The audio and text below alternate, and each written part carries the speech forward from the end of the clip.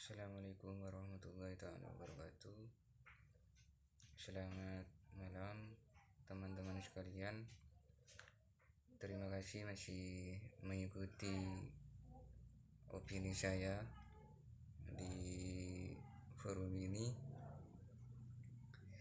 Pada kesempatan kali ini saya ingin berpendapat tentang apa yang sedang booming akhir-akhir ini, yaitu adalah masalah pembukaan Taman Nasional Komodo. Nah, pembukaan Taman Nasional Komodo ini sangat kontroversi, mengundang pro dan kontra dari berbagai pihak, karena memang ada dua sisi yang perlu kita lihat dalam hal pengambilan kebijakan dalam membangun Taman Nasional Komodo ini.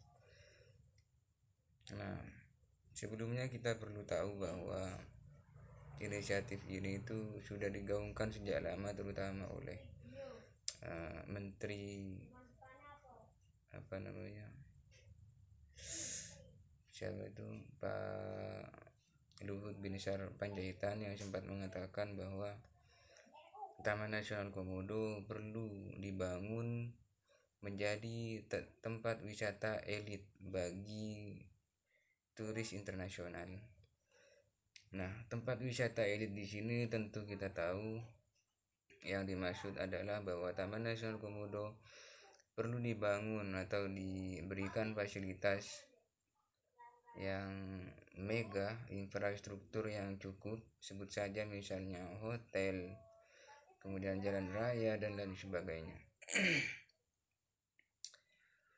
Nah, kebijakan ini jika kemudian dilanjutkan, dan kayaknya sekarang udah mulai dikerjakan,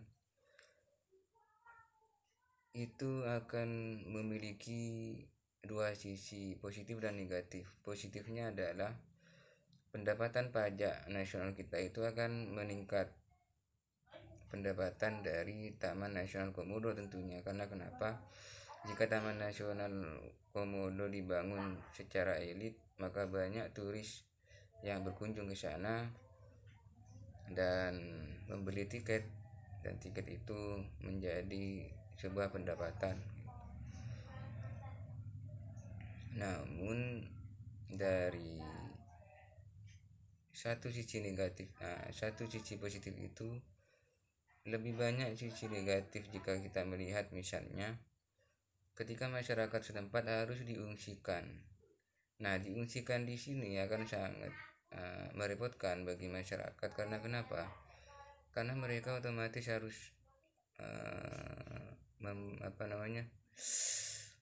membuat lahan baru, membangun rumah baru, kemudian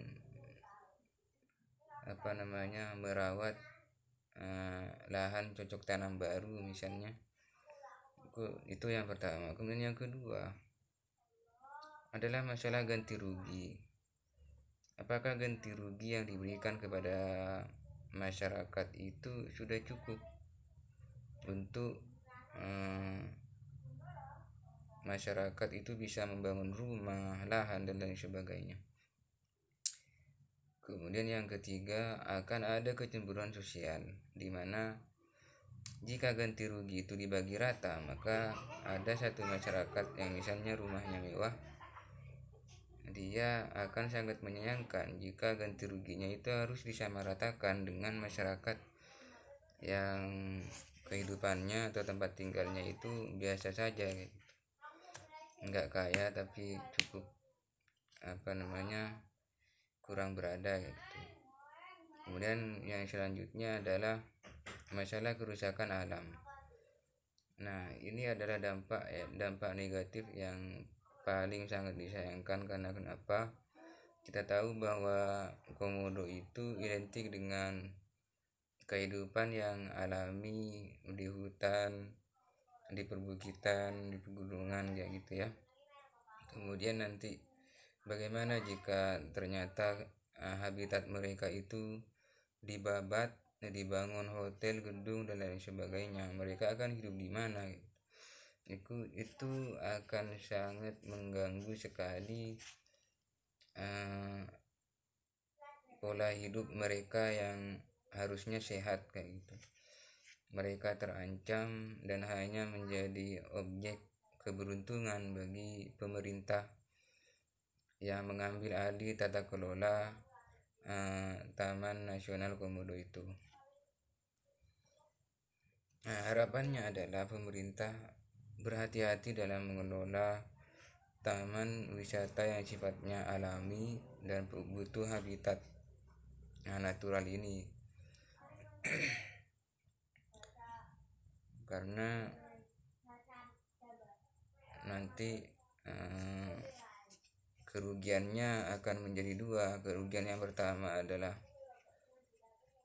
menyingkirkan masyarakat dan memutus mata rantai pendapatan mereka dari Taman Nasional Komodo.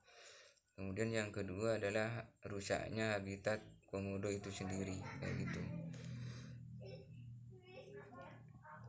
Padahal sejauh ini kalau pemerintah mau fair gitu ya, mau tidak tamak, artinya sejauh ini kan kita melihat sekalipun keadaannya masih alami kayak gitu, banyak juga kok turis luar negeri yang bersedia mengunjungi Taman Nasional Komodo. Bahkan ada pemberitaan yang beredar, ada turis yang mengatakan mereka sangat menyayangkan jika pemerintah mengambil kebijakan membangun Taman Nasional Komodo menjadi taman yang memiliki fasilitas elit kayak gitu. Dan mereka mengatakan bahwa itu akan sangat berdampak terhadap habitat alami komodo itu sendiri. Dan mereka bahkan turis itu menyayangkan hal-hal yang demikian kayak gitu. Oke, mungkin itu saja pendapat dari saya pada malam hari ini. Kurang lebihnya mohon maaf. Kita berharap yang terbaik. Semoga alam kita tetap lestari, tidak dirusak oleh ketamakan-ketamakan dari orang-orang atau instansi yang tidak bertanggung jawab. Dan semoga alam kita senantiasa selalu dapat dimanfaatkan oleh masyarakat setempat sebagai penunjang hidup mereka sehari-hari. Terima kasih, saya akhiri. Wassalamualaikum warahmatullahi wabarakatuh.